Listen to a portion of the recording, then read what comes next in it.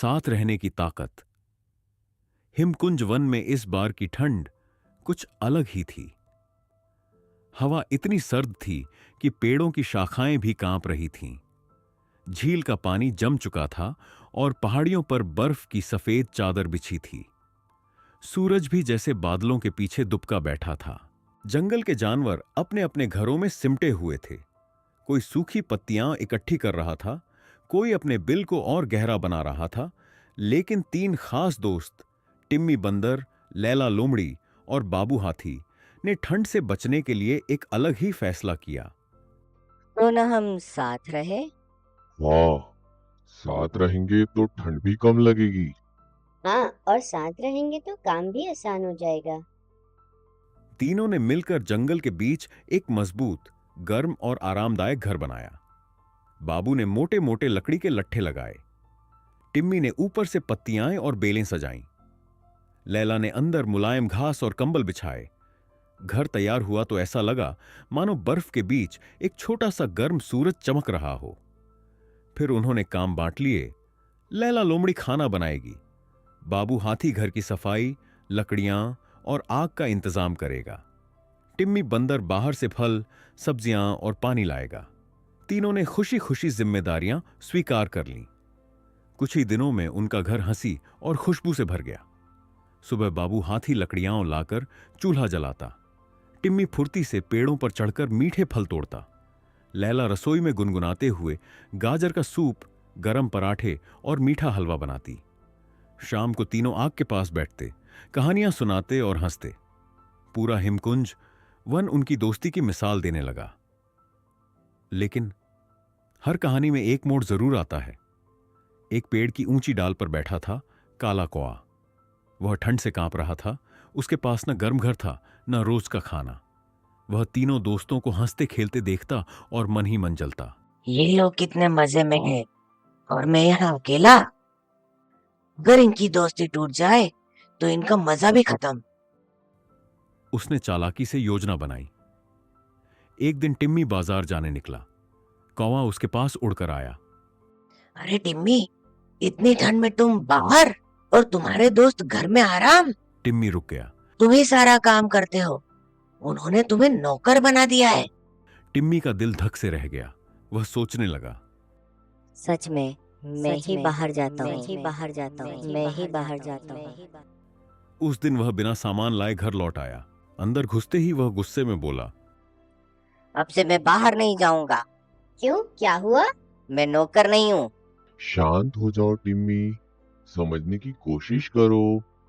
लेकिन टिम्मी नहीं माना। आखिरकार तय हुआ, आज टिम्मी खाना बनाएगा, लैला बाहर जाएगी। जैसे ही टिम्मी ने सब्जी काटनी शुरू की, उंगली कट गई।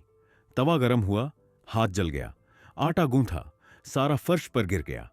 रसोई में धुआं भर गया और टिम्मी रोने लगा। ये काम इतना मुश्किल क्यों है? तभी दरवाजा खुला।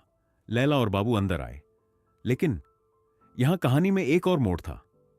उसी समय बाहर बर्फीला तूफान शुरू हो गया। तेज हवाएं चलने लगीं। घर की छत हिलने लगी। लैला बोली, अगर लकड़ियाँ खत्म हो गई तो हम ठंड से जम जाएंगे। बाबू ने देखा लकड़ियां आधी ही बची थीं, क्योंकि टिम्मी आज बाहर गया ही नहीं था। तीनों समझ गए, अगर हर कोई अपना काम न करे तो पूरा घर संकट में पड़ सकता है। टिम्मी रोते हुए बोला, मैं काला कौवा की बातों में आ गया था। लैला ने उसका हाथ पकड़ा। दोस्ती में शक की जगह नहीं होती। बाबू ने कहा, हर काम बराबर है। जो काम जिसे आता है वही घर को सुरक्षित रखता है। तीनों ने तुरंत मिलकर काम संभाला। बाबू लकड़ियां जमाने लगा। टिम्मी बाहर गया और हिम्मत जुटाकर कुछ और लकड़ियां ले आया। लैला जल्दी से सूप बनाने लगी, इस बार बिना शिकायत। तूफान धीरे धीरे शांत हो गया। घर फिर से गर्म हो गया। पेड़ पर बैठा काला कौवा यह सब देख रहा था।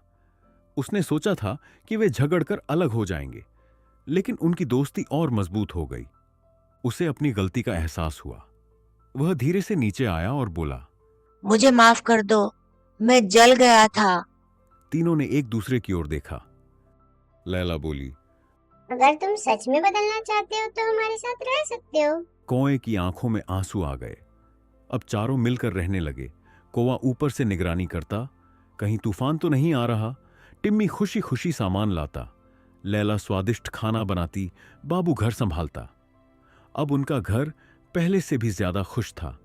और हिमकुंज वन में एक नई कहावत चल पड़ी, जहां बराबरी और भरोसा हो वहीं सच्ची गर्माहट मिलती है। सीख। हर काम की अपनी एक अहमियत होती है।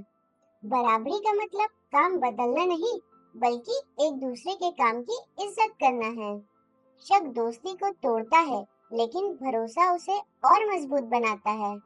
दोस्तों, अगर आपको यह कहानी पसंद आई हो तो इसे लाइक करें, अपने दोस्तों और परिवार के साथ शेयर करें और हमारे चैनल को सब्सक्राइब करना न भूलें। और हाँ, हमारी नई नई कहानियों की जानकारी सबसे पहले पाने के लिए बेल आइकन जरूर दबाइए। और दोस्तों, अगर आप किसी स्पेसिफिक टॉपिक पर कहानी देखना चाहते हैं, जैसे दोस्ती, हिम्मत, समय, ईमानदारी या कोई मजेदार एडवेंचर, तो नीचे कमेंट में जरूर लिखें। हो सकता है अगली कहानी आपकी पसंद की ही हो, क्योंकि इसी चैनल पर आपको मिलेगी हर कहानी में एक सीख।